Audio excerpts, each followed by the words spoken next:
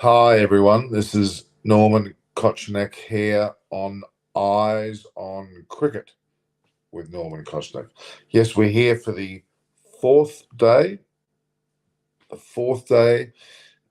preview, in fact, of the second test, fourth day between England and New Zealand. And boy, both teams have scored quite handsomely, haven't they? With New Zealand all out for 5-5-3, and now England in return 5 for 473. New Zealand were almost the same position. They lost their 6 wicket at 496, so the differences are very minimal. But Joe Root's not at 163, 25 fours. So he said 100 runs in fours. Strike rate 81.5, which is amazing. So, yeah, good evening, Paul. Yes, you're right. A draw, I was saying. Yes, it may well be, but never know until the fat lady sings, I'm afraid. And we'll wait till she sings because she might sing a song that we don't quite know. So look here. So I did a bit of editing there. Now England are 5 for 473.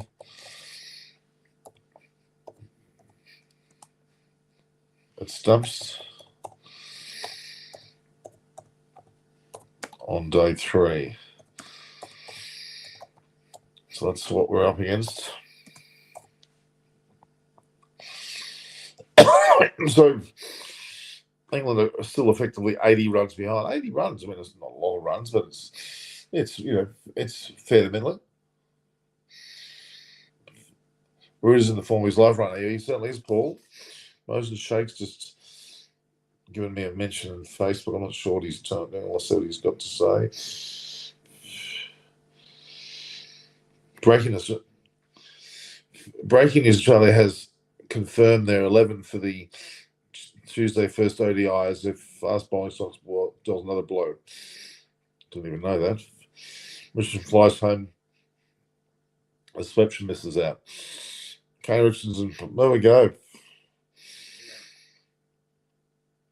He didn't exactly play that well anyway, so not even necessarily upset with it. But the first 11 for the so-called ODI against Sri Lanka is Aaron Finch, Warner, opening with Smith, Labuschagne, Stoinis, Maxwell, Alex Carey, Agar, Cummins, Jai Richardson, Josh Hazlewood, with bowling being brought into the squad as well. So there we have it.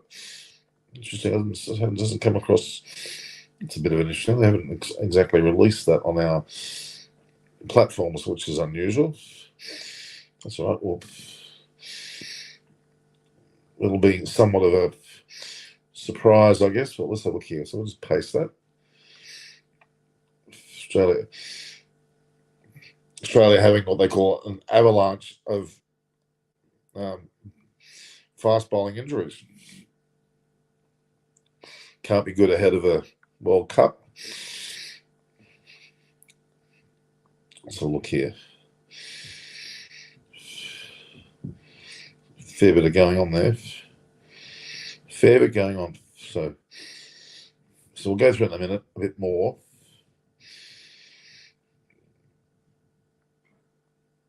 Yeah, that's not good, is it? So Kane was terrible. Well, Kane is Mitchelson. Mulcahy come back in. Well, he looks like he's a part of. So got the 11 here. Well, no. Cummins, Richardson, and Hazlewood, they're both going to be reintroduced. So there's quite a few. Let's have a look there. We've got Mitchell Swepson will have a continue to wait for his first game of the tour after the lost out to Jai Richardson for the final spot in the 11. So 11 against Aaron Finch, Warner opening with Aaron Finch, Smith at first drop, Labuschagne's second drop in the ODI, Stoinis coming in at 5, Maxwell, Carey, Agar, Cummins, Jai Richardson, Josh Hazlewood. Scott Boland has been brought into the squad to cover with Nathan Ellis, Wes Agar, and Riley Meadows, all considered, but ultimately not deemed fit for the series. So Finch revealed Kane Richardson, who was addition to the ODI squad. Following is Mitchell Stark, sliced finger, Sean have a broken finger, Mitchell Marsh calf strain, played with a tendon injury during the third test. So there we go. So there's a bit of a bombshell there. Certainly a bit of a bombshell. All right, so that's it there. Where is Zampa? That's the question. I think he's back. Good to see Pat back. I think Zampa will be back in before too long. Don't worry. He'll be in, I think, pretty soon. But back to this match here. Joe Root, 163, I believe him to be. Nothing wrong with that performance. Certainly is in the book.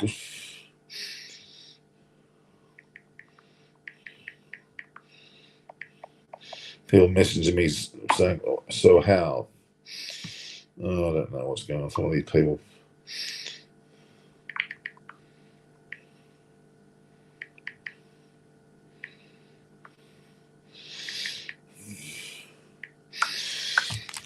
Robert M is joining. Joe Root doing good. Just getting his 200. Well, he's got 10 centuries in the last almost year and a half. Yeah, exactly. Paul Newman says 2,700 now equal with Smith and Coley. I showed his stat. When Coley was on 27, Smith was on 27, Williams was on 24, and then Root was on 17. So he's a good 10 behind the top current 4 of century scorers. But then he turns around. He scored 10 in the last year and a half, and now he's caught up, and he's equal with Coley and Smith on 27, and he's ahead of Williams now on 2s on 24. So, yeah, that's a pretty indicative situation of a man who's in incredible form. Incredible form. So this match is day 4. After 3 days of play, we've scored well over 1,000 test runs. And effectively, Root is 163 not out of 200 balls. Ben Stokes is winning on 24 not out after 70. Trent Bolt took 3 for 89, bowled well. Matt Henry bowled pretty well too, but he's gone for 128. He's been expensive off his 27 overs. So England are effectively 80 runs behind now. You'd think that would be easily done. With Root still there and Folks still there, yeah, I would agree. But you never know, they might close, but still they're. Yeah, it brought both teams very close together after 3 days of play. You would think that this will be a draw, and only New Zealand can win. Well, it could go either way, but you would have to say a draw is the most likely result at this point. I'm supposed to be joined by Gurkharat Singh Gill and even Dave Graven. He was meant to be here. Dave Graven was in Ibiza, I believe, sunning up there, I'm sure. So, yes, let's go through that scorecard of 473. Alex Lee's got 67. He was caught Mitchell Bowl Henry. Zach Crawley went first, of course, for 4. Caught Blundell Bowl Bolts. Then Ollie Pope, we mustn't forget, scored 145. Moses Shakers here. You're sending me things about the Australian team as it's interesting because they didn't announce that through the cricket media group. They've only announced that. No, they haven't. Hi to everyone. Hi, Norman. How are you? Yeah, it's surprising. It's surprising that they've announced it early and they've missed out with Schwepson, which I thought will get a run. So interesting. Yeah, I don't know whether he's that. I just don't know whether he's been that impressive. Honestly, he's no certainty.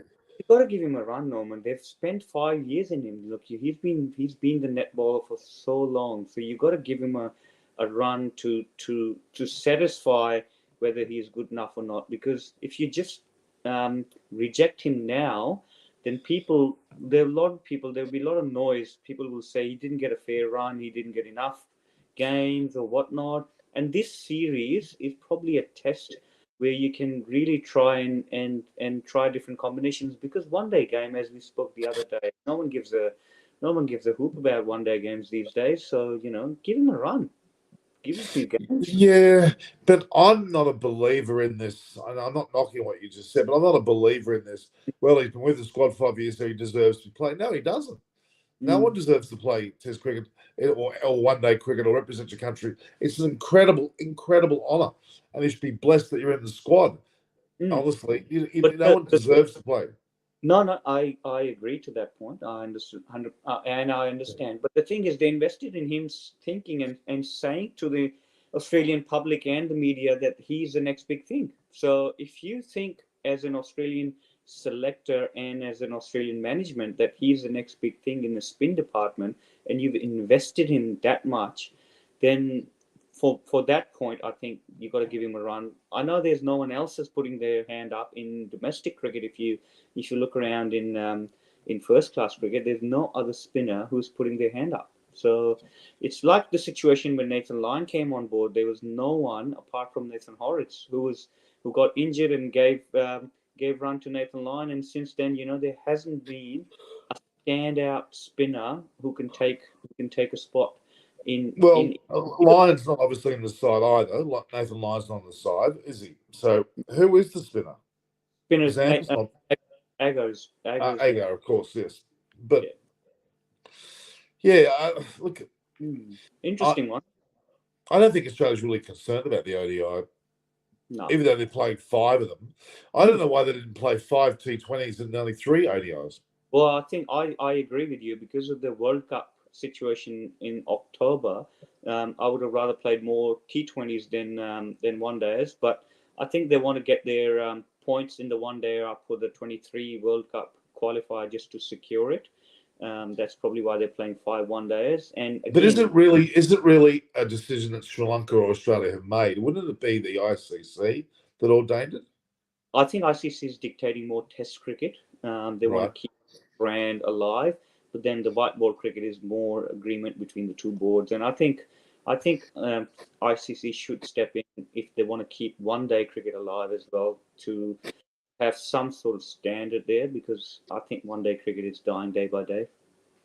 Well, I mean, the only way to keep all 3 formats up and running is to have a defined routine about when a team tours a country, they play the following matches.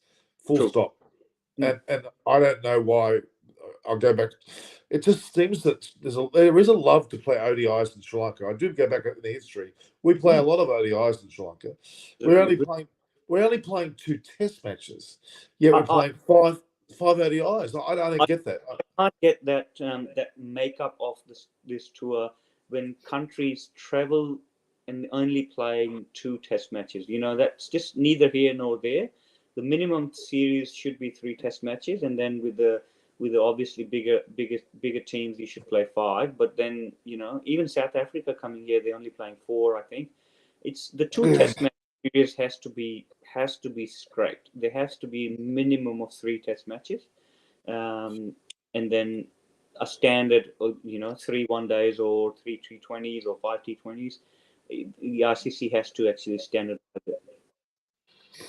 Yeah, look, I'm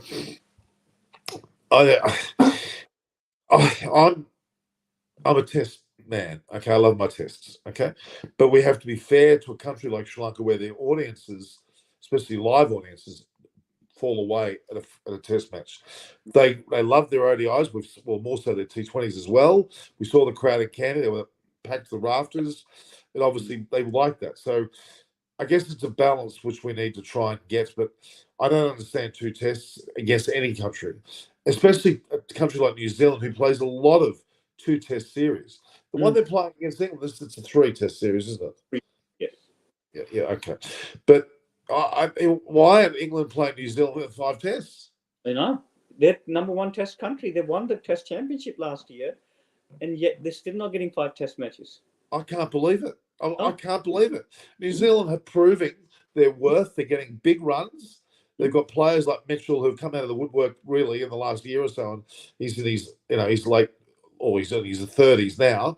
Yeah, it's remarkable. It's especially in England. England love tests. They attend test matches big time. And I don't understand it. I don't get it. I'm confused why New Zealand are playing 5 Test matches, why Australia only playing 2 against Sri Lanka, when they could easily have afforded 3 and just reduce the number of ODIs. 5 ODIs? Oh my God! I shouldn't say I'm going to be bored. I'm not going to be bored, but I must say the Sri Lankans are certainly watching this channel. They've proven the last few videos which relate to Sri Lanka that they're all watching.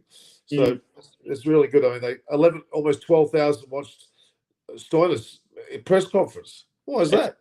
That's it. That's It's intriguing. Well, we know what happened with Pakistan. Oh my God, they went nuts on my channel. My God, they were 1 million, as we know. That was crazy. Okay, now Ollie Pope has justified his conclusion. 145, brilliant. Joe Root played very devil may care. He played several shots which were very risky. Got away with it. Yeah, and he's 160. This is McCullum. This is a McCullum influence. I'm convinced. And Ben Stokes. Ben Stokes' approach was definitely McCullum input because he looked like he wanted to polish as much as he could day 3. So then come day 4, they're probably back to lunch and try and put pressure on New Zealand because they are only within a whisker of New Zealand's target. They're not far off. And thanks to Benny Stokes, who started playing his shot, he was just fearless. People writing about his approach and they said he was reckless and he wanted to get out. I think it was really brave approach.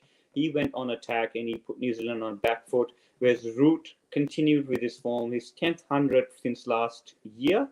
So how about the stat you see in January of 21, which was when Coley was here, wasn't he? Or he left to go have his baby. Yeah, ever since his wife had a baby, he hasn't scored a century. And that's true. He's 27. And then you've got Smith also on 27 at the same time. Williams 24. Then there's nothing since. And Bruce gone from 17 to 27. Remarkable. It's unbelievable. It's really good for England, for Test cricket, for Root himself, that he's gone from guy who could not convert his 50s into hundreds, and now he's got 10 within a year and a bit. And good on him. I love to see him continue that form till next. Absolutely. Paulie, okay, we've got West Indies versus England. That's also coming up. I reckon 3 tests a minute. I agree. Yep. Munchie's here now. Munchie, you want to come on live? I want to see you live. This is an England Test match, and you're not live. What the hell are you doing? Are you that bloody busy? Morning. No idea why. No, we have 1 test against England, 3 tests against Zimbabwe. I mean, really. It's really. For starting the rain, John, New Zealand bowlers are out of practice and are rusty. Well, hang on a minute, that's a bit hard. Attacking is one thing, but he's just hit Bracewell for 6, so did not need to be risky against that over. Oh, Munchie, come on, calm down. He's 163 not out, and Pope got 145. There's nothing to complain about. They got so happy for Ollie Pope to score these runs because I've been meaning to say that he is my the next best thing amongst the English young cricketers, and really pleasing for him to score a big 100. I like to see Zach Crawley come good. I would too. Openers are still have not cemented their spot, and I think that's the Compton one that everyone's talking about to get him in the middle order. So it'd be disappointing to see if Zach Crawley doesn't come good and they get to bring other batters and drop him, and also Leash he didn't capitalize on his fantastic start. So I love to see those two come good this summer because I think England will stay with them. Munchie said there was still 148 behind. You're still 80 behind at the moment. You're still behind. It was massive. They scored 553 for God's sake. For Sun Rain, okay, not confident of Ollie Pope. Pope was lucky. Still, he doesn't warrant a place. I think he'll have a long career. Oh, that's a bit hard this month. It's been hard. Munchie, we're supposed to get Gurkrat St. Gilly promised to come on. David Gravy's probably getting sunburnt in Bitsa. Richard's probably carrying on like a pork chop there too. But Munchie, you promised to come on. You don't disappoint. Now, who's Ben Folkes for all of us that don't know him? Ben Folkes, well, he's a particularly good wicketkeeper. In fact, skills-wise, he's the best English wicketkeeper they've got there. He's been around for a number of tests now. He can actually bat as well. So he's any good judge of an England team will say he's the leading keeper. Admittedly, Bairstow and obviously Butler are both renowned for their batting as well as their keeping, but you'll probably find that Folkes is the best gloveman between them. So that's who he is. So Ben Folkes is I think he's from Lancashire. I think so, if I can remember correctly. Good keeper. He's got old style big black gloves too. He's a very traditional keeper. His glove work is really tidy, and everyone rates him quite a lot. So I look, if he averages in 30s and whatnot, look, I don't mind him. His glove work has been phenomenal, so I would stick with him. I'll continue to carry him. He's Essex. He's played for Surrey as well. Yeah, he's played for Surrey as well. So he's 29-year-old. He's not a young pup, but he's been around first class circuit for a long time. He's really good gloveman. I like him, and he can bat. He's proven that he score runs. Folks, is actually Surrey, not Essex. Surrey. Yeah, okay. I thought he was Essex, but he's played for Surrey as well. So there you Well, go. Munchie, don't make comments if you're not going to come on the show, for God's sake. When do you spell the show? Correcting us. So just go back for a second. On Ben Folks. But the other thing about Ben Folks, which was interesting, he's a glove, but that can't be said about Blundell. He has been hit on the fingers from poor keeping technique yesterday. He's really not. Look, I shouldn't knock Blundell. He scored a magnificent century, but his keeping is a little bit. He got hit many times. Going a little bit harsh because a lot of keepers who've kept in England, they will tell you that there are a lot of deliveries that will swing after they pass the wicket, and they do. So, look, credit most of he's playing for his country. No, but I don't. There are no excuses. He would be aware of that and could have practiced for that. So I don't agree. He should be up to it.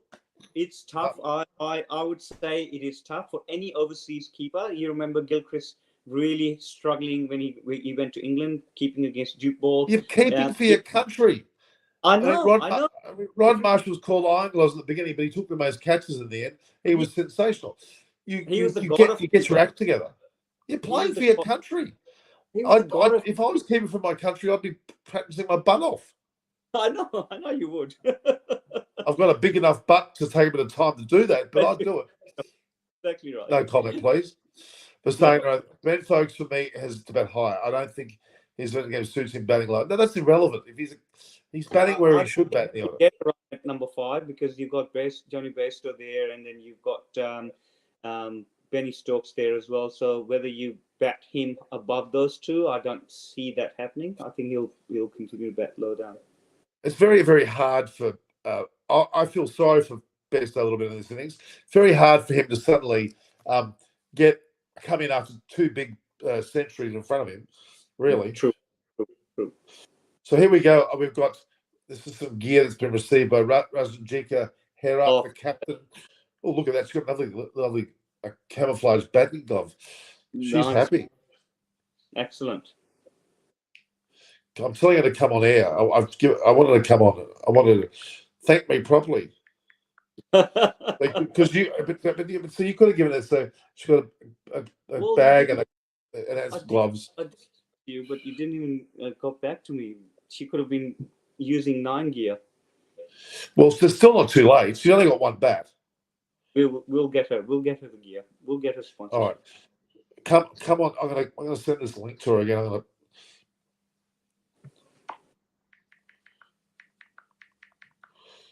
She's the one. I told you she scored 161 of 60 balls. Yeah. T20. 161 of 20 balls. That's fantastic. That's really, really good, regardless of opposition. Not relevant.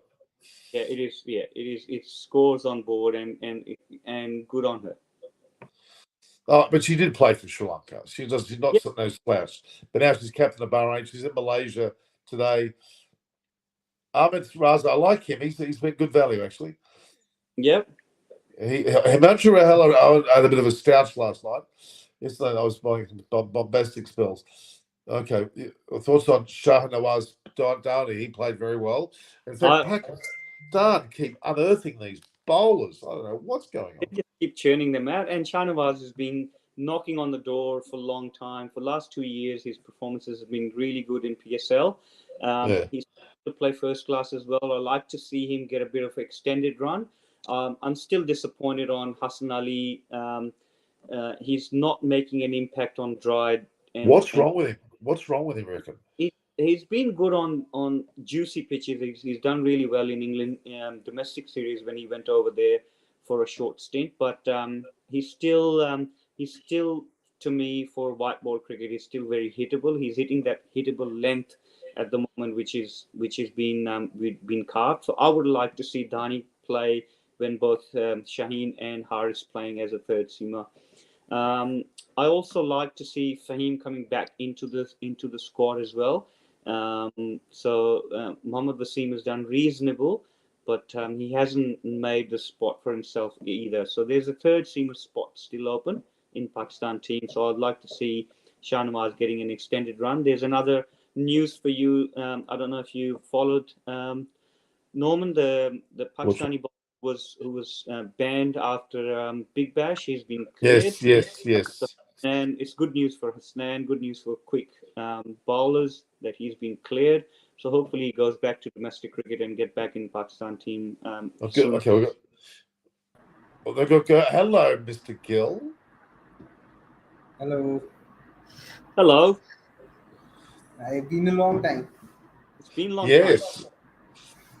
I think since you last on, Joe Root scored 10 centuries, hasn't you? Sorry? Since you last on, Joe Root has scored 10 centuries. No, I think he must have scored 3 or 4. I'm joking, of course. So Gurkrat Singh Gill is here. You certainly look like that you've aged 5 years in between. So I'm not sure what's happening at your end. Yeah. But don't you? Most and I were just talking about various things and talking about some of the Pakistani players that are coming through, the bowlers. India has got an absolute truckload of great players, but I'm just not sure. We talk, one of the topics we should talk about leading into this test match, which is between England and New Zealand, is this transition period that's occurring between a large number of teams. Australia, the letting go perhaps of Stark and players like that, and the Warners and the Smiths. There's going to have to be a transition sooner or later for these players to allow the young blokes coming through that are knocking on the door, such as Ben McDermott or who we'd like to mention. In India's case, they've slowly got rid of Pujara and Rahane, but they're still hanging on to some players, and I hate to use the K word for Kohli, but there is a time when the Australia's Hires and other players that are coming through deserve to be given the full throttle and to be released to the teams at the highest level on a regular basis. Pakistan are doing this, you would argue now, with their bowlers in particular and their batters. South Africa had no choice, but they've done it. England are still struggling. They're keeping hold of the likes of, you would argue, Broad Anderson and the like. They're still struggling with that whole transition. But it's time that a lot of these teams bite the bullet and have a transition. In particular, at India, with 20 or 30 players that are worthy of playing for India. What's your thoughts? So, see, there are a couple of things here. If we were to talk with regards to Kohli per se, in T20, yes, India do have replacements for him, especially when they're playing in the subcontinent or even say in the West Indies, where the ball doesn't bounce much. But as we've seen with Shreyas Iyer, even in these 2 ODIs and in these 2 T20s and with his career in general, he really needs to up his game against pace bowling. So I feel, and same goes for someone like Surya Kumar Yadav. So what Kohli offers versus pace is something that India still need to find value for, especially when they go to Australia. But my hunch is, and it's something that I've even said it before, that post this T20 World Cup, I don't see both Rohit and Kohli playing T20s for India, and they shouldn't, because there are enough players. There's someone like Prithvi Shaw who's out on the bench. There's someone like Sanju Samson who's very good against pace bowling and can bat anywhere in the top 7. So India do have the players who can replace them, but I think it might just be a change which no one would be which no one would see it coming if it happens before the World T20. And I think before that happens, India also need to make sure that someone like KL Rahul is not taking too much pressure on his shoulders of batting through, because we have seen what has happened in the IPL with him. He gets into a kind of mindset with which someone like Babar Azam bats in T20s, wherein you just want to bat the entire 20 overs and delay the acceleration as much as possible. Now that doesn't always work because there isn't enough time in T20s, and sometimes when it doesn't work, it really hurts you, like how it hurt Lucknow in the eliminator versus RCB. So there are few. I think with India there are a few structural issues. Not in terms of not enough players being available. There are players available, but there are just some systematic issues where anyone who comes up the ranks, they start anchoring when it comes to when they have some when they have some spotlight on them. We saw that with Ishan Kishan in this IPL as well. So it's more of a structural issue, and with spin bowling as well. Indian spinners, even someone like Yuzvendra Chahal, who was so good in this IPL and returned with a purple cap, they have a Doesn't habit of going for wickets in situations where saving runs is much more pragmatic and much more advisable, especially in T20s. Now Chahal in these two T20s has conceded 49 runs in 4 overs and 26 in 2.1 overs. And even though India didn't bat well yesterday, but that Indian spinners gave 68 runs in 5 overs. Now that is a lot, regardless of Yes. the kind of pitch it is. But even if agree. you especially consider how the ball was stopping and coming, that's equivalent to roughly conceding 80 runs in 5 overs on a standard T20 track. So India does have problems, but I think they need to address one problem at a time and then look to figure it out. Because if they try and do too many things, they will not go. They will not end up anywhere. I agree. I think the spinner's been disappointing in both the games where they conceded the win to South Africa. I think this second, especially second T20, you would have think that the spinners would get hold of the game early enough. But Chahil, after his really good performance in the IPL, even the last IPL as well, he's been really good. So I thought he would come good in these T20s. So I think there's a couple of holes that they need to fill before they come to Australia for the World Cup. And I agree that if they start slowly filling those holes, they'll be better off rather than just doing all heap of changes and try and revamp the whole thing. And I also agree with Bruce's point, and I think we touched base yesterday briefly, Norman, that there are a lot of players after this T20 that is in Steve Smith, Warner, and Kohli, all of these guys. I think they will be passing the banter on to the next generation after this T20 World Cup. And you would see a lot of teams actually will have new look post October. What it looks like would be interesting.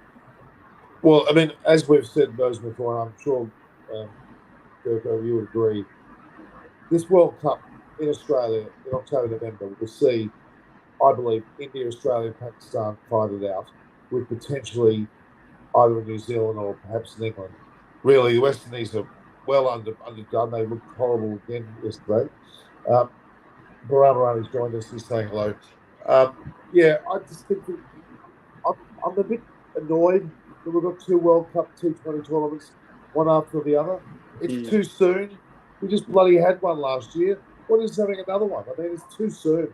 I know COVID caused that problem, but it really is annoying. Anyway, we're going to have to get through this. Oliver Lufkins, Oliver Lufkins made a point. What did Oliver Lufkins say? When people start saying read my comments, I know we're talking too much. Whereas Oliver, how can I read your comments when you're not even made one yet? Oliver, I can't read your comment if you're not making comments.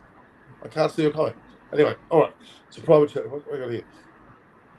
Yeah, Moses, you are a bit soft on occasion. Not you physically, of course. Your voice. Do you want me to? That's right. Do you want me to be a bit louder? Okay, no worries. I'll try my best. Now, you guys, you know what I love my test matches. The Australia Pakistan test matches, now the England New Zealand matches. Are you happy with what you're saying? Are you enjoying watching? So I watched some glimpses of the Pakistan West Indies series. Now I missed Nicholas Puran taking a 4 for, and I still don't know how that happened. But I watched West Indies bat yesterday, and I was very impressed with someone like Akil Hossain's batting. I felt that and I've I've seen him bat a few times before. He has batted well in T20s. He had a very good cameos against England when England were playing West Indies in the T20s. Last year in West Indies.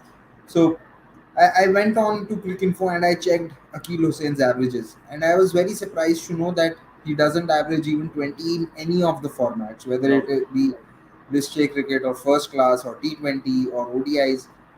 And I was like, this is a guy who's reading hand from the spin, reading spin from the hand, and then is confident enough to come down the track and hit it cleanly. I think he hit 4 sixes to Nawaz and two to Shadab. And Shut Shadab was actually bowling well yesterday. He went for a few runs, but he also picked 4 wickets. So uh, I genuinely think that someone like Akil Hussain, can be a mainstay of the West Indies lineup at number 7, where if he can average somewhere around 23, 24 and bowl 10 economical overs, he provides that West Indies team with a lot of balance because uh, he really plays spin well. And I've seen him play pace as well. Uh, he has a decent shape. He gets into good shape. I'm not sure how he'll do against movement, but I think against just pace and against spin, he's done decently. So uh, But West let's Indies let's need to. let's not forget one thing that I would take a step back here. Playing at Multan, to me, playing at these legendary Pakistan grounds, as we've seen through the Test series, whether it be Lahore, it brings back something. India, we've got the luxury of playing at amazing grounds with great history. It was good to see the Pakistan grounds of equal history coming through. That's what I'm proud about. Now we're looking at England versus New Zealand, uh, two teams batting very strongly. I don't mind batsmen dominating bowling. I don't mind that. What's your thoughts on that? I think in up. Test matches, it's majorly been the ball dominating the bat, and the pitches like the one in Trent Bridge are more of an aberration these days than the norm. So I don't mind a pitch in between where both the teams are scoring nearly 500 runs in the first innings. uh, what remains to be seen is that will this pitch break up enough to force a result on day 5. So far, I don't think it's going to break up enough, and Jameson's not going to take the field today for New Zealand. So Mm. if England are able to bat through the first session and then put enough pressure, then I think England might be in a position to force a result, but it's going to be difficult because it's not just the fact that not a lot of wickets have fallen, but even the scoring rates. New Zealand also scored at 3.7, 3.8 runs an over. England have done it. Are scoring at more than 4 runs an over. So this is a very good batting pitch. I won't be surprised if it ends up in a draw, because it looks like unless a batting team commits some kind of a harakiri and collapses, Mm. I don't see a result coming here. It might just end up in a draw because the This pitch You're is pitch, too right. flat. this Sorry, go ahead, pitch Max. was sorry. Just a comment to add. This pitch was a new ball pitch. As England did that day one, they dropped 4 catches, and the result being, as you see, it's clear that the two guys, both of them got dropped, both of them got 100.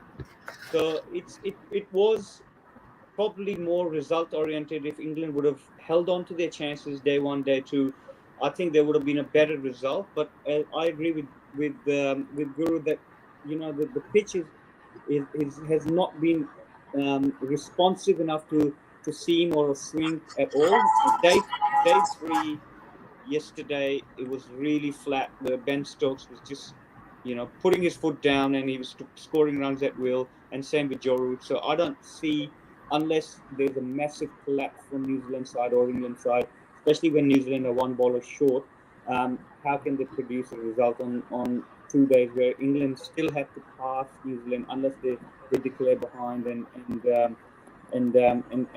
try and force a result, which I don't see happening. They are 1-0 above series. Why would they risk it? So I still think that would be a draw from my perspective, but it's been a good test match. Guys have been scoring 100, and England conditions, I don't mind dominating the ball. Yeah. Just quickly, I'll have a look. Because your first comment was, "Normally read my comment." Your second is, "Why are you not reading the tape?" the reality is that's all you've got with those two comments. Your other message has been eaten by something, probably by the gremlin. I'm sure. Okay, now Barama only's being very sarcastic here. Why haven't we mentioned Zimbabwe versus Afghanistan? For heaven's sake. We should I'm not knocking Afghanistan. I'm not knocking, but really, it's not our priority match. I'm No, sorry. there was another series. There was another series that happened before West Indies and West Indies in Pakistan, and that was between West Indies and Netherlands. And again, I didn't watch all the games, but I was tuning into specifically watch one batter bat from Netherlands, and his name was Vikramjit Singh. He's a left-handed opener, and he scored 150 and 240s, and he's just 19 years old. But the way he played some of the shots against West Indies pacers through the How much offside time and have you got on your hands? sorry. I haven't got enough time to watch West Indies versus Netherlands. There's 500 other games going. And women's Sorry? too. watch. You're gonna watch How much? halftime. Were you in bed sick or something? You had all this time to watch all this cricket. No, so I had nothing to do, so I just tuned in. You must have been bloody bored. Even me who loves my cricket, I had no time to watch West Indies versus Netherlands. Yeah, but I'm telling you, so I had just tuned in and I was watching this guy bat. His name is Vikramjit Singh. He's a left-handed opening batsman for Netherlands. Some of the drives that he played to the West Indies paces were brilliant. And then there were a couple of pickup shots that he played on the leg side, which actually cleared the stadium and went into the forest behind the stadium. Uh, he ended up scoring 147 runs in these three matches, and the only time that I was tuning in those games were when Vikramjit Singh was batting. And I suggest whosoever is listening to this, go to YouTube, go to FanCode's YouTube channel, and just watch the batting of someone like Vikramjit Singh. For a 19-year-old, he was Could you? What's his first name? Singh is his last name. Vikramjit Singh. Vikramjit Singh. Vikramjit Singh. All right. Yeah, born in India but playing for Netherlands. Is he going to do a Tim David and end up playing for India in the end? Is that what you're suggesting? No, I don't think he'll end up playing for India, because you need to play. You need to be an Indian citizen and you need to play Ranji Trophy in India for that. So Okay. I think he'll continue. And there are so many players in India that it's difficult to get your chances. And now that he's playing for the Netherlands national team, I don't see him playing for any other team unless the opportunity presents itself. But he's someone who's really. We have an opportunity presenting ourselves. Munchie is somewhere at where are you? At some cricket ground? What's going on there behind you? Good morning, everyone. My apologies, having some serious laptop problems there. Good morning, Norman, Moshin, Gurkharat. The actual picture behind me is Hambledon. So this was a tour I went on many years ago, and people talk about playing conditions in England. This is generally what it's like. You get a nice green wicket with a very overcast day, a nice pronounced seam on the ball, and that ball's moving all over the place. So this is proper English cricket, village cricket in the background there. And your hair is either you've got an afro haircut with the clouds, or that they are actual clouds behind you. It is definitely clouds, yes. All right. Now, Oliver looked as IPL or BPL, like not competition leagues, players doing well with the leagues and not internationals. Okay, it is true. There's been a concentration on, in particular, the IPL. And my God, how much money did the rights go for? Oh my God, it's only second to English football now. Was that right? Or English football's behind now. It's second to NFL. Unbelievable. Can you believe that? Gurkharat, are you impressed by that? Second behind NFL. Ahead of the. I'm not surprised with the numbers. My concern is that with the amount of money that is being pumped in, BCCI needs to make sure that within the Indian cricket ecosystem, they take care of those who are not involved in the IPL. And there are far too many cricketers who are not a part of the IPL, because at the maximum, if a team's allowed 25 players, in a squad, eight of them being being overseas players. So at the very maximum, there will be only 170 Indian cricketers playing in the IPL, right, with a 10-team format. No, and go India correct. Sorry, has to go correct. You're perfectly right, and this is the concern that I have also with the English Premier League. Great, it makes billions of pounds, but the money is all generally within the Premier League. It doesn't filter down to the grassroots. So similar with the IPL, the main teams have got Manchi, that. It's not filtering what down. I'm trying to explain here is, uh, in the EPL there are still 20 teams, and there's a promotion and a relegation system as well, with the bottom three teams being relegated to the league below, Yep. and the top three teams of the league coming in. So it still allows more players to come in, and there are academies as well, almost of especially the big clubs which take Oh, care of a lot definitely. of Yep. players. But in IPL is not that old. IPL is only 15 years old, and there are 38 Ranji teams in the Indian domestic system. So what I would personally like is that all the money that is coming in to the IPL or the BCCI through these bids, it makes sure that the onus is on the BCCI to make sure that anyone and everyone who's not a part of the IPL ecosystem but a part of the Indian cricket ecosystem is paid enough and is paid on time. Secondly, they have to make sure that the stadiums become a lot better than what they are currently. Because I was there in Delhi watching the first T20 game, and you know I wa- and I've watched at Kotla 6 or 7 games, and I've always felt that okay, this is a lot of bare minimums are not even met. So they need to improve the stadiums, and they need to invest a lot more into the women's game, which they don't do enough, as opposed to what an ECB does, or what a Cricket Australia does, or even a board like Thailand does. So it's good the money is coming in, but it can become even better if that money reaches to all those who are devoid of it, or who probably need it. Because at the top, there's still enough money for players to make sure that their families doesn't need to work at all for at least 1 or 2 generations. No, I Okay, agree. just quickly, Baramarani's made a shock announcement. He's been selected for Vanuatu as the opening batsman, opening bowler. You can guess the skill of the team. I'm from doing both. Baram, Congratulations. are you been drinking, or what's going on with this comment? You opening the batting for Vanuatu? You live in the Philippines. You're moving to Indonesia.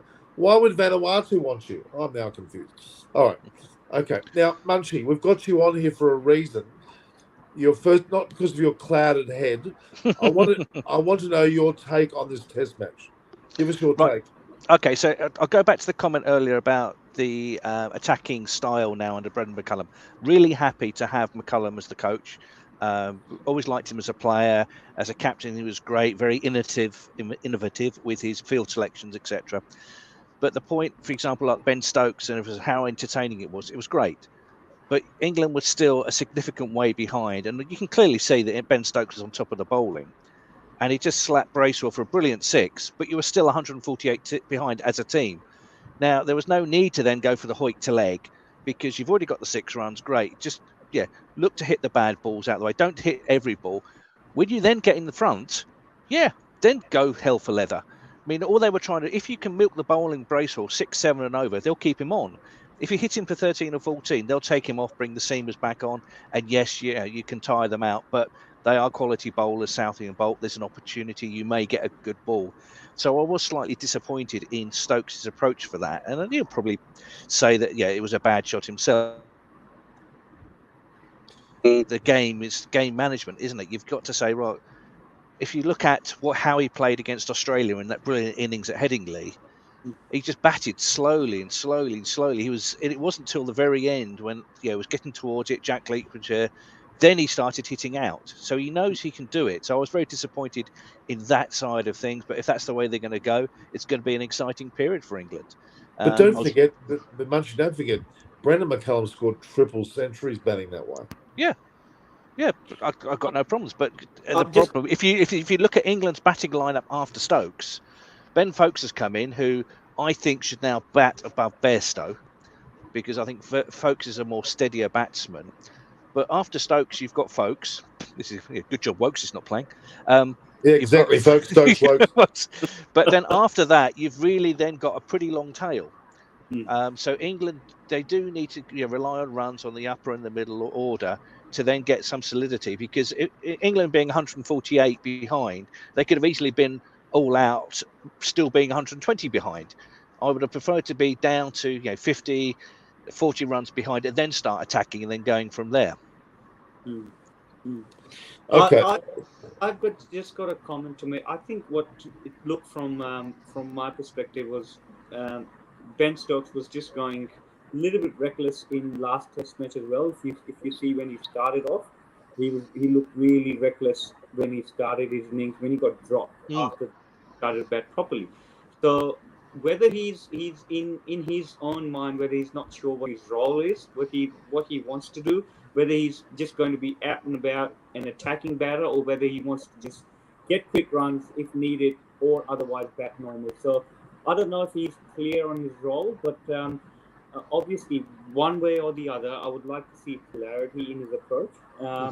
Obviously, it looked very attractive and very entertaining cricket for Test match, because he was hitting the ball really hard and really well, timing the ball well as well. But I think that one point for me is if he gets a bit more clarity what his role is going to be, then he might bat behind.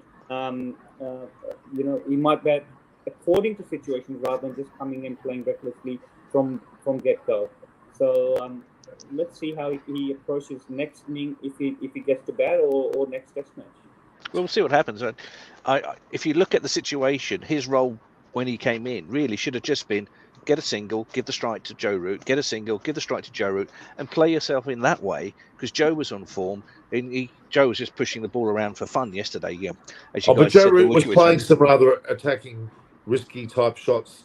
A couple of his but cut not shots. as risky. Not as risky. Not- But certainly, when you've got a player in that's really in as Joe was, then you've got that opportunity just to hit the ball around, play it around, and get yourself in, and then you can start attacking. I mean, Ben Stokes, It was great. It was really entertaining. But this is Test match cricket. This is not one days or T20. Perhaps I'm just being a purist in terms of a Test match enjoyment. Yeah, you get yourself in, you play sensible, you don't take risks unless you have to. And Ben Stokes didn't have to. Sorry, guys. I think why Stokes batted the way he was, because when he came in, the ball was relatively new, so he wanted to probably attack and put off the opposition from bowling attacking lines, and it sort of worked because I think he was dismissed to Bracewell and not any of the pacers. So his innings allowed England to dominate that mini little session, and then put New Zealand on the back foot. Now I think the game's pretty much reached a situation where unless England collapse, it's very difficult for New Zealand to win. I think the best result for New Zealand at this point of time is a draw, because like I said earlier, I don't see the pitch breaking enough for someone like a Jack Leach or a Doug Bracewell to cause enough damage. And Jamison's not going to take the field today, so that's there is one a lot bowler of short. cloud. Just a bit of a digression. Viacom, my good friend Untitled Chapter is one of the heads of sport there. I'm excited. I don't think it's become official yet. Well, it's close. There are reports, but I don't think it's become official yet. Okay. All right. Is there a victory potentially on in this Test match, or is it heading for a draw? I think that the odds are to go for a draw. It's a pretty flat track. I agree with Gurkharat. The ball has spun a few times. Even Bracewell spun it, so you'd like to think that Jack Leach would spin it. But England would then need to get a significant lead to have an opportunity. It is very cloudy there. Looking at the pictures coming through from Nottingham, so if Southey and Bolt don't get that ball moving, then I'll be very surprised. Matt Henry tends to be more up and down pace. But England, first thing, we'll see what happens after the first hour. England are in a good, strong position. After being 500 behind, they're now only 80 behind. If England could get to, say, 150 in front, whoa, that's an opportunity. But I agree with Gurkharat and Mohsin. The wicket is pretty flat. The outfield's very fast. And the last 2 days, it was brilliant sunshine most of the time, bit of rain in Nottingham. And the ball's been coming on nicely. And if you get yourself in, the runs are there. Yeah, I want to see Joe Root bat and bat and bat. That's what we want to see today. I'd love to see Joe Root score double 100. I'd love to see him score a big one. The only thing that the from spinner's perspective, the ball spun, but it was a slow turn. Even in the first innings, when left arm spinner got few the balls getting a bit of turn, but it was really slow turn. It wasn't really biting the pitch. So, look, for me as well, it's a draw as the best possible result. In that given, England gets 150, 160 in front, and then put New Zealand under pressure. and Joe Root gets a big double 100, it'd be good result for Test cricket. And Look, going back Joe- to the comments you were making when I first joined on the chat is, why haven't we got 5 tests with New Zealand? It's always a great series between them. It's always played in a great spirit. We saw lots of banter between the players out there yesterday, and there was all laughs and smiles. But they're still playing hard. They want to win the game, and it'll be probably 1-1 or 2-0, possibly to England. But I still think you're probably heading there'll be a draw as well. But they're two good sides, both used to the same conditions. Good. Okay, while we've got 4 countries represented here, even though most of them is living in Australia, we've got Pakistan, India, England, and Australia, which actually have Smith, Root, Kohli, and Babar Azam. We've not included Kane Williamson at the moment. Who is the best batter in the world as we speak? Who At what deserves format? Test. Root. Without a doubt. Gurkrat, what's your Gurkrat? Yep.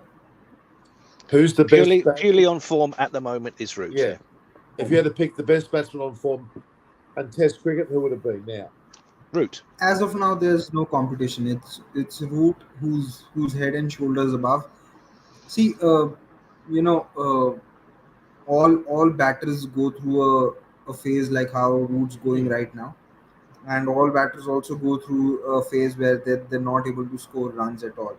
But I think what makes Root different from others, and this is not just because he's scoring runs right now, and I've felt this before as well, that one uh, he's you can't say that he's particularly a front foot dominated or a back foot dominated player. Like with someone like Virat, you could say that he's predominantly a front foot player. With someone like Williamson, you could say that he's predominantly a back foot player who likes to hang back and then play the ball late. But with someone like Root, uh, he's equally good of both the front and the back foot. And I think what makes him quite good or brilliant is that the fact how he plays spin.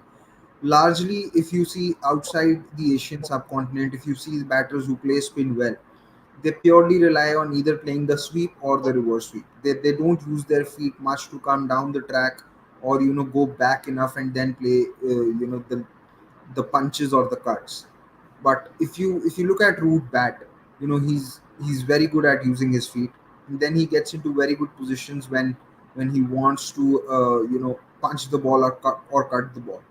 And even if you look at the innings that he played at Lords in the second innings, where he scored that 100 when England chased down the target, it's not that Root sometimes doesn't get his balance or feet movement wrong. He's also got it wrong a few times where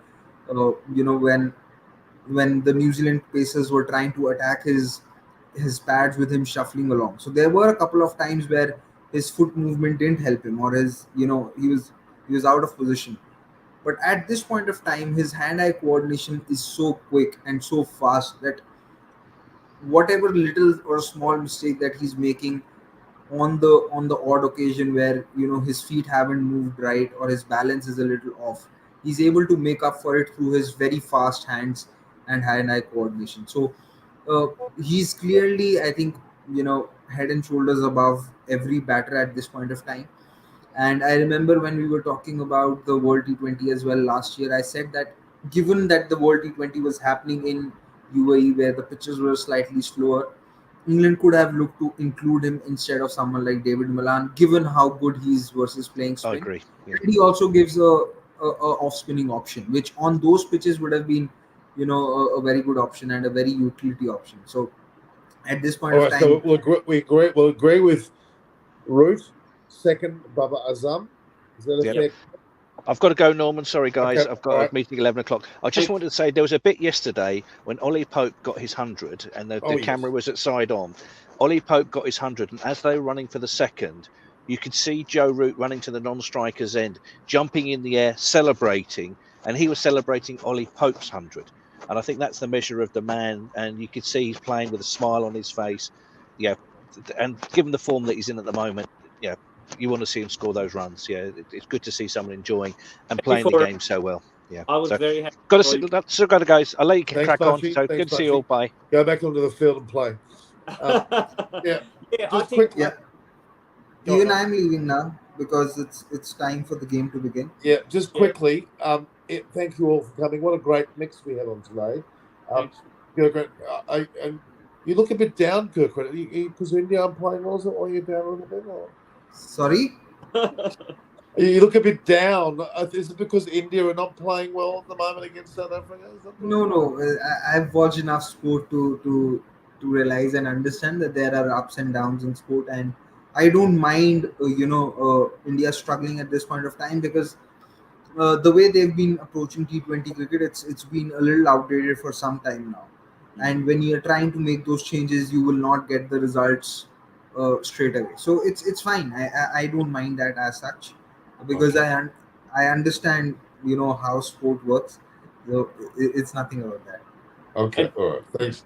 on what you were saying, I think it is good that India are trialing all these youngsters now because that's where they'll have Future. team absolutely. And I like to see guys like Umran Malik getting an extended run because it's couple come out and said that you got to stick with these youngsters and give them a good pat in the back and keep giving them love because they're your future. So I think India's in a very very good space at the moment. Fantastic. I really enjoyed having you all on so far. It's been great. Really. Come back, guys. Come back. Thanks, All right. thanks. You're going to leave too much. All right. Yeah.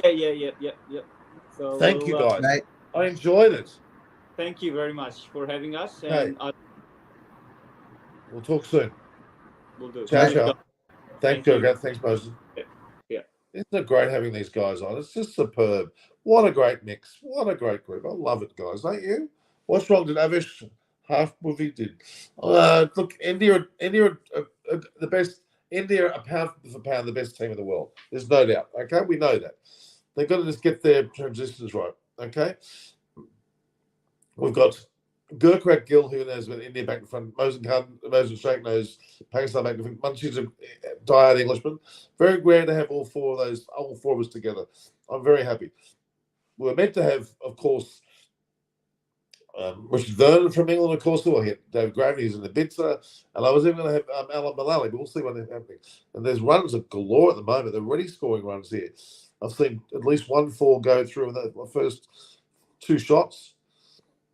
Amazing. New Zealand I think England are very much keen to get rid of that, wipe that 80-run deficit off. Southeast has come in and he's bowled to Ben Folkes, and Ben Folkes has driven beautifully right through the gap. Fantastic placement. Incredible. So, guys, it's been good. Barabarani was great. Having Munchie on. Subash, Jarella, Ahmed Raza, Paul Newman, Sebastian again. Ariane with his double century today, I think so too. Barabarani, Rudy's in sublime form. Yes, you're in sublime form too with all the comments you are making. Norman, just now, your brother, England, home to home. Okay. What the fuck is Viacom? Viacom, of course, is a company that's, of all people, as Kuntal Chakraborty's work for. I'm really excited about that. Stokes, woke folks, don't need any more jokes. Baramarani. I don't know what character he is. All right, how come Cameroon's best batsman? He has no. Look, Sebastian, he scored 10 centuries when everybody else hasn't, so he has to be given that credit at the moment. Why are you not reading my comment? Why? What? I am reading everybody's comment, Himanshu. Ahmed, laugh a lot. You are all okay. I'm reading. It's been fantastic. I've read that. What are you talking about? Sorry, somebody. You've entered a whole. I've got people ringing me at the moment. So, all right, let's get this going here.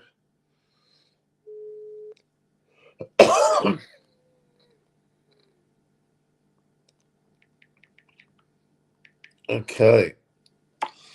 All right, we've gone for about an hour here. England win. Okay, a lot of good comments through. Guys, good to have Munchie on. I'm very impressed with his character, his way. Am I leaving now? No, I'm not necessarily leaving now. I want to watch more of this match.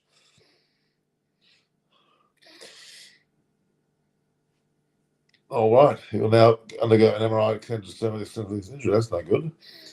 I didn't see that. Let's have a look here. Let's get this on screen.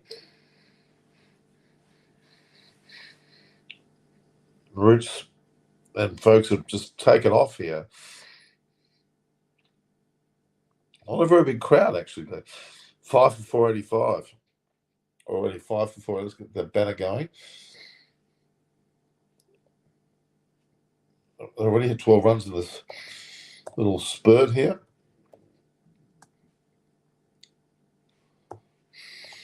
On day 4.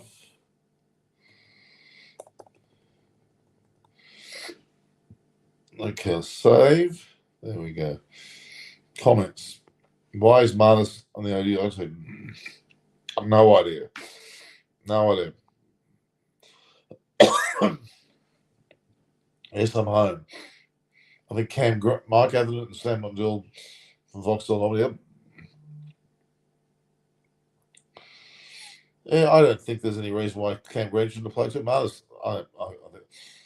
No, he's in Test cricket, maybe, not in ODIs at all. I would agree, Hamanshri. I would agree. I would agree that I would have him ahead of me. So I would totally agree in ODIs. Yes, absolutely, totally agree. Trent Bolt coming on the bowl here, folks. Let's that one now. He's on 35. Where's 164? They're trailing by 68 now. It's getting ever so close up. They're in a hurry to get past that score, I reckon. And if England get 100 plus in front, which will be a big ask. I mean, 650. It's a big ask, guys. Big ask. You have to wonder about that one. Cricket Club.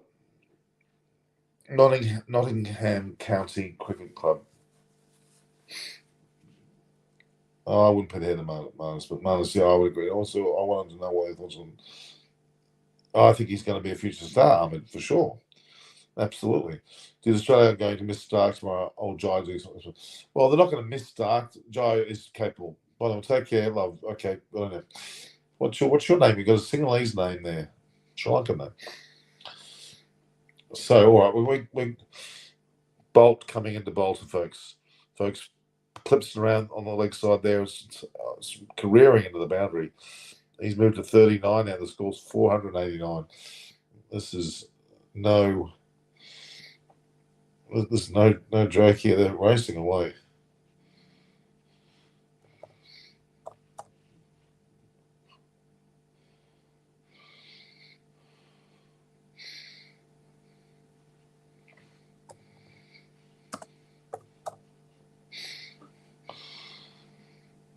Five for 489.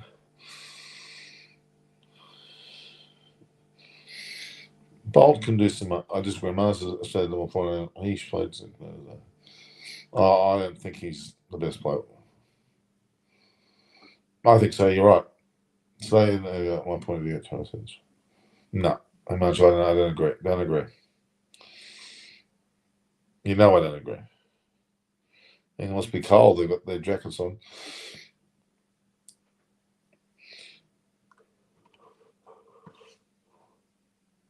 First 489.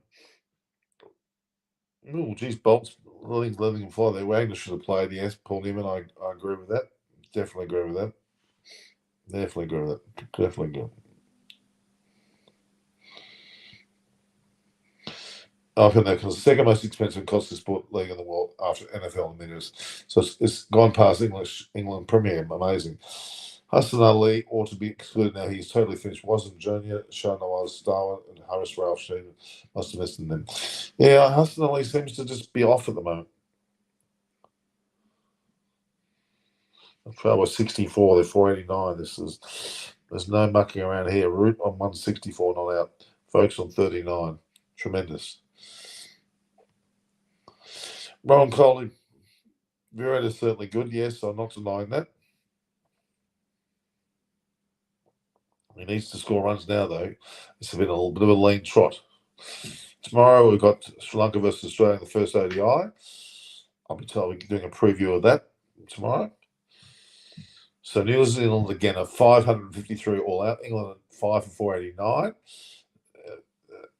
And New Zealand were also 5 for 496 before they listed 6 wickets. So very much an even kill at the moment. 169 was gone. Now Root's on a 164. If he can expedite this to 200, he'll be. I think it's what at least he's. He does have to. You're right. Oh, Root's just done it. I'm not sure where that ball's gone, but it's gone for 4. Very much against Southie. It was the most peculiar shot. Well, I'm saying peculiar. It's very one-day-ish. 168. Was it 4? What's going on? Was it 6? Not showing it yet. Are they? They're not sure it's a 4 or 6.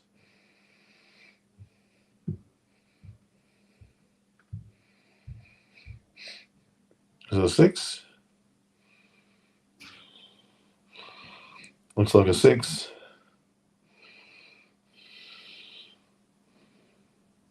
It looks like a 6 to me. Yep, 6 it is. Root moves to 170. He's not mucking around, I'll tell you.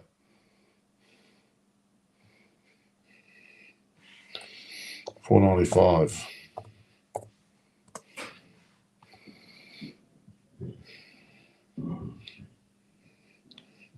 Incredible to see that shot being played, I must say. Virat Kohli's the best graded player. Joe falls against Australia. Well, he may fail against Australia, you're right, but he's still, at the moment, he's doing pretty well.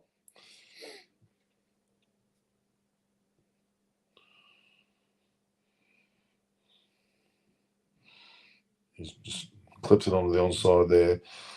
171, score 496, the trailing by 50. If this amount of runs to the trailing by will go they're playing like a one-dayer in some ways. There's some very enterprising betting going on here.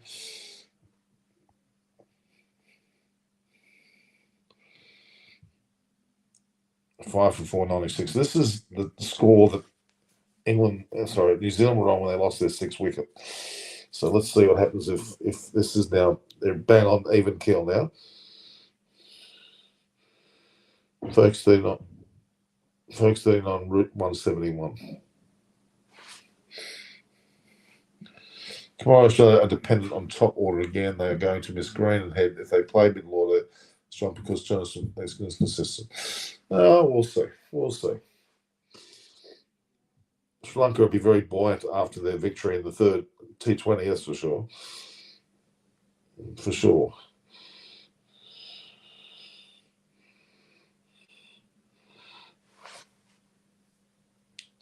Yeah, Nazim Shah. There's a whole host of Pakistani bowls. You're right. They got some bloody good bowls, and they got some good batsmen too. They're in a bit of form. So England now 5 for 496. How far are we off it? 5 for 496. Let's see what the score is. It's still a way to go. So many phones running now.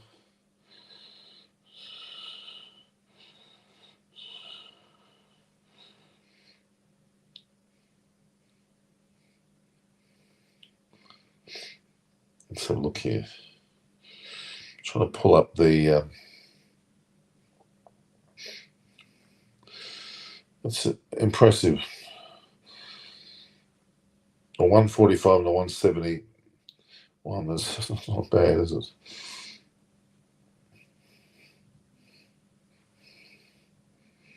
A lot of interest in that. Yeah, Australia have a lot of injury concerns, no doubt about that. A lot of injury concerns. So Charnaka played astonishing and blistering knock. He certainly did. He absolutely did. It was quite an amazing effort, actually. Put Sri Lanka on the map for once. How could you hit that for 6? It's quite incredible. Incredible. 1,000 or so. It's big numbers all over my show. I'm pretty happy with the numbers, I'll tell you guys. Thanks to you all. You've been great. I'll retire at the age of 62. Jimmy Anderson. Jimmy Anderson. Is this the real Jimmy Anderson? Hello, Smith fan back. Okay. Steve R. And Jimmy Anderson's here online. There we go. Jimmy Anderson takes to retire at the age of 62. Yeah, what are you doing here, Jimmy Anderson? You're on the field, Jimmy Anderson. Shouldn't he be? No, you're actually in the dressing room. He's in the dressing room. His biggest superstar. Okay, Ryan Coley. You Vera Coley's brother, or where is Mosen? Mosen was here earlier. So was Mosen was here.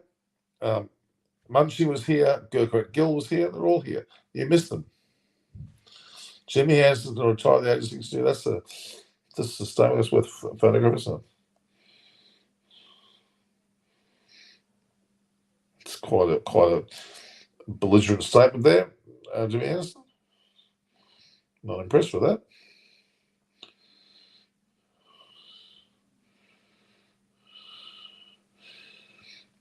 5 for 500 now. They're 5 for 4. They just surpassed 5 for 500. My heavens, and Roots at 175. He's killing it. Oh, what happened there? Was it out? Was it caught? No. Most unusual shot. 5 for 500. That's a big statement. 5 for 500. That's an amazing scoreline. Is it the real Jimmy? Or Jimmy Anderson should not be. I'll take a photograph. Where's Jimmy Anderson? I'll retire at the age of 62. If it's the real Jimmy Anderson, he's not showing us his face, is he? Oh, I've got my doubts whether it's the real Jimmy Anderson. Let's just have a look at Jimmy Anderson's real. Okay, we've got to photograph this Jimmy Anderson. Where's your put yourself on?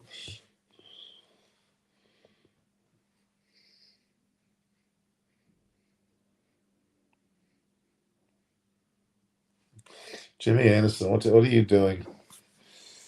That's funny.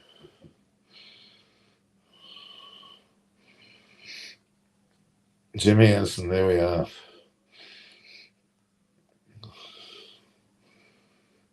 Put him, I'll add him into the story. So, test career, route 119, 10,001, unbelievable. Hasn't played as many ODIs as Bolt again.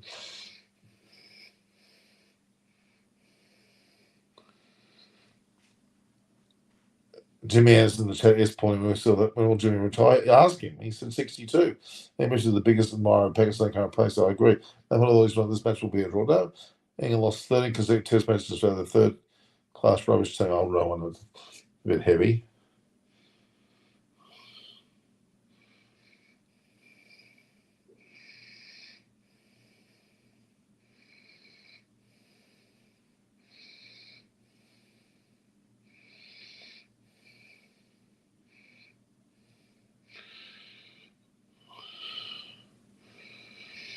Amazing. Someone filling in the name. I think it could be that he's in the dressing room. He's in the dressing room. It could be there. Is this the true Jimmy? Let's just see. Jimmy Anderson's actually going to stand up and where is he? I will try there. It could be Jimmy. You never know. You never know your luck. The big city. Very defiant person, wasn't he?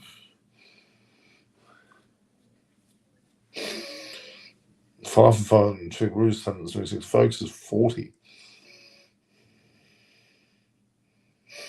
Incredible.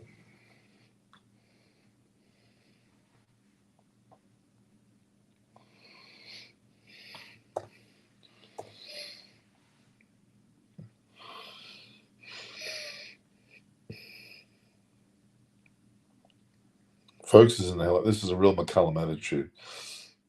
There's no doubt this is McCullum's attitude. This is definitely a McCullum attitude thing going on here. 504. 5 for 504.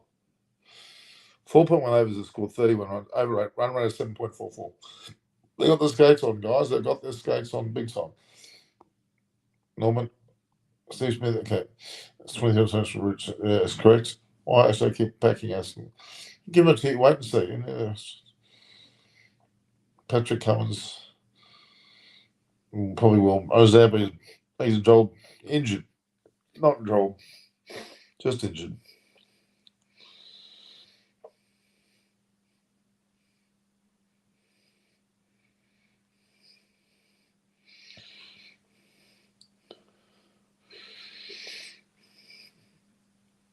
Hilarious. Zampa is there. Don't worry, guys. So Southie's coming on the bowl. Route 176 on that. Folks facing on 42. Southie none front and 40. He's got shocking figures. Oh, that was pulverised to the boundary there from Folks.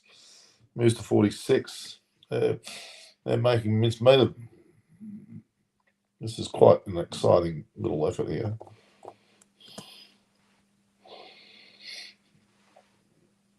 Amazing, actually. I'm sure that if it was a fake, I'd do. Lions Heart, well, how do you know? Jamie Anderson, what are you doing here? Here he is. Here he is again. Jimmy Anderson. And we've got Steve Alec, Smith fan is back as well. Jimmy Anderson's here.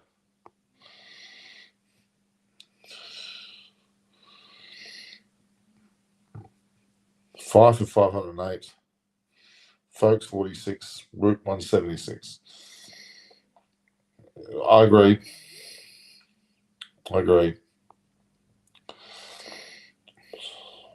Where's the play? Yep. Yes, I agree to Boston Bahati.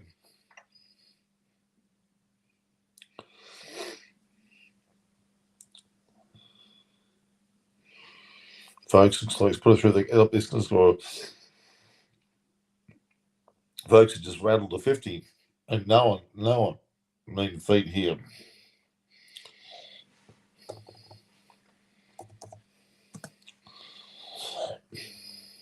Exemplary stuff, let's be honest. They only travelled 41 runs. Incredible. But Van Folks is on 50 now. Yes, it would be a very interesting lead. Well, they're only 41 behind. If these two keep going, that 41's going to be gone in seconds. They've got like a real bodyline series positioning of the field. Incredible.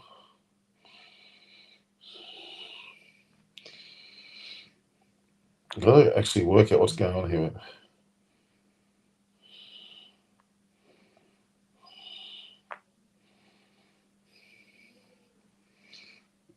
Okay.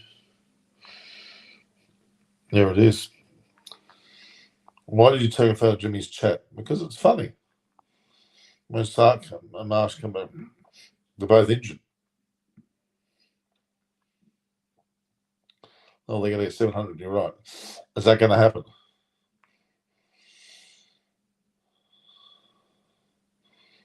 Yeah, this is quite dramatic, actually.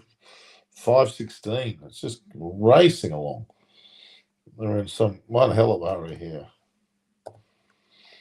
Mel Jones, I'm sorry, shouldn't be commentating. But we shouldn't be saying, I'm sorry.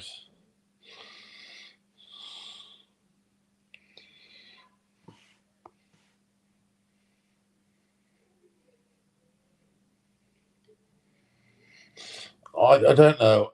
We don't know at this stage. It could be out for the whole series. Actually.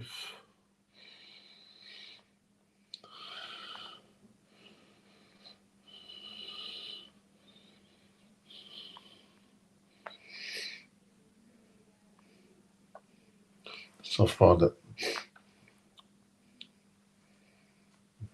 Got to work out 5 for 516. Roots 176 not out. He's at 26 fours and 6. Phenomenal.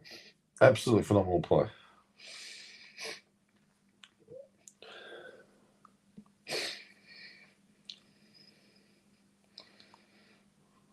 Absolutely phenomenal play.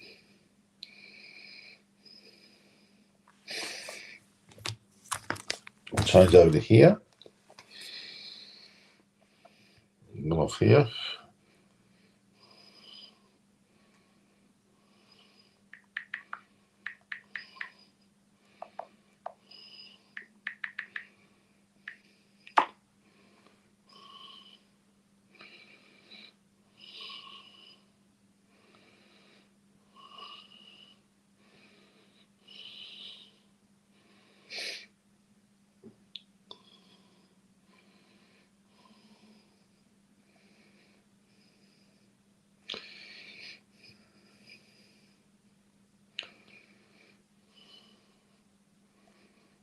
I'm going to show the back.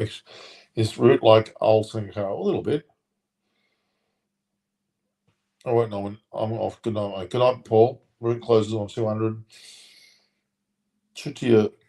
Okay. His route like.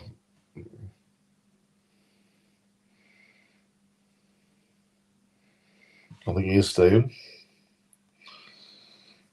Oh, well, he's out. Joe Root has just been caught for 176, playing a lofted off drive, cover drive.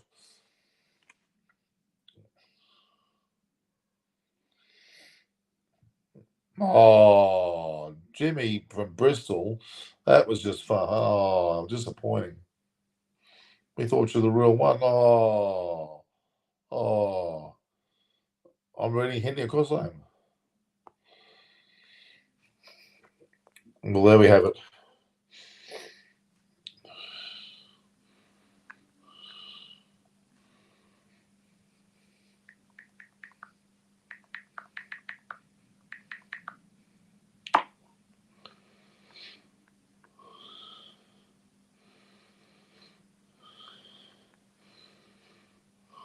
Okay. Will you watch Wimbledon? Of course I will. Of course I will. I love Wimbledon. 6 for 516. Joe Root got 176. Didn't get his double century, but he still got a magnificent century nonetheless. And we'll change things a little bit.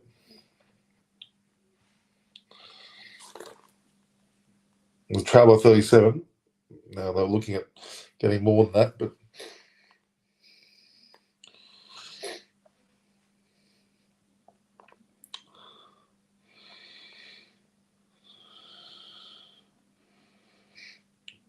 it's just now. Who is your favourite Nadal? Nadal. Not by far. Actually, Federer is my favourite, then Nadal.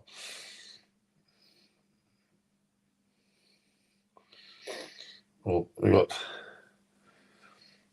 Is it Broad on there? So 16 they got Broad, and they got Anderson, of course, with Matthew Potts. He scored 3,400 test runs, has Stuart Broad. Not doing much. He scored 1350s. Ranger. Norman, what do you think you do for a living? Work for the federal government. Kind of retired. My dinner plans up. I may have a time bill.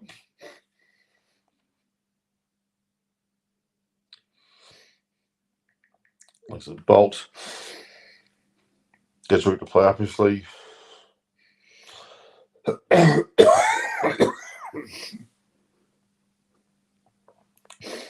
Straight into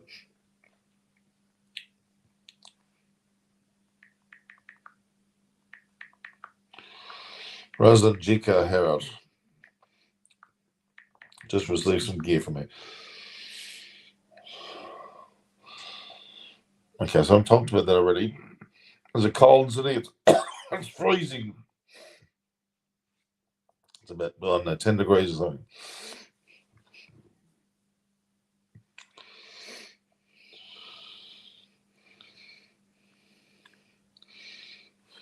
So now we've got Folks Abroad, 54 a duck each. Broad facing Bolt. Oh, that was good delivery.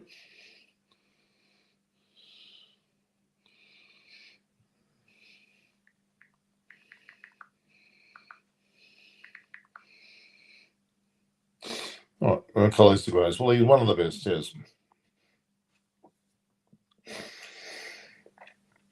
Look, Joe Root's not struggling. You got 170 against Bolton Southie. Come on. You can't knock him. You cannot knock him. Please.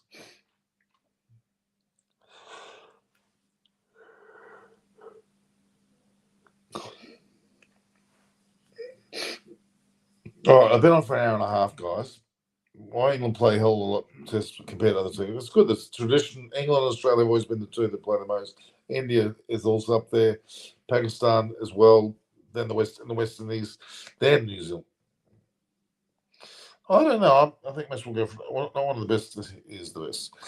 No, Rowan Coley, you can't say that. I mean, the best was Donald Bradman, to be honest. That's the best. I'm going to talk about the best player ever. No doubt about that. Stokes has scored a 50. He looks pretty competent.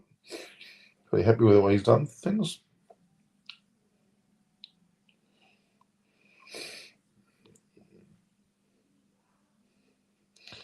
A lot of cut shots, a lot of pull shots. Yeah, it's hard to look. Let's not. Root is up there at the moment. There's no limit there, okay? 6 for 5, 17 is the score. I was hoping Root would go further, but he didn't. So effectively, he is 36 behind.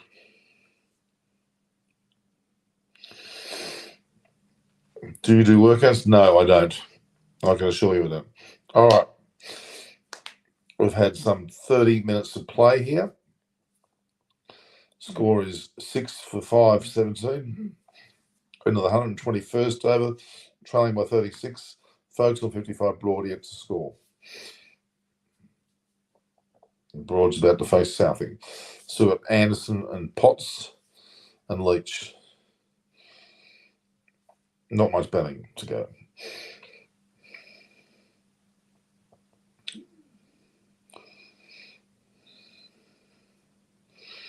Single letter Broad.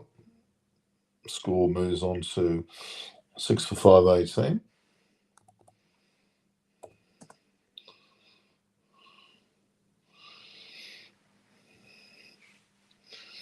Are you married? No, I'm divorced. From a Sri Lankan, actually. Okay.